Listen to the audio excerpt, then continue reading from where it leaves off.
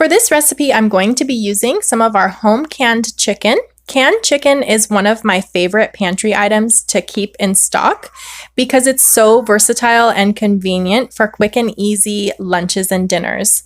Feel free to substitute and explore different ingredients in this recipe. It's more of a loose idea rather than a strict recipe. I'm going to be using a pint of home canned chicken. The chicken is lightly salted and I have drained the water from it.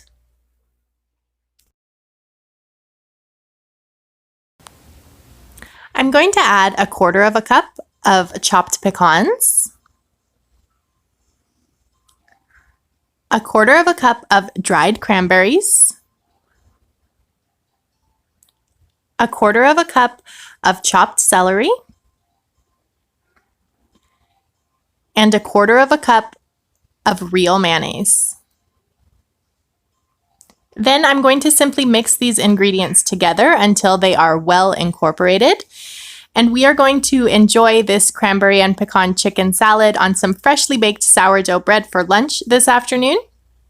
Thank you so much for watching. If you found value in this video, don't forget to like, share, comment, subscribe, and hit that bell icon so you never miss another video. Have a great day.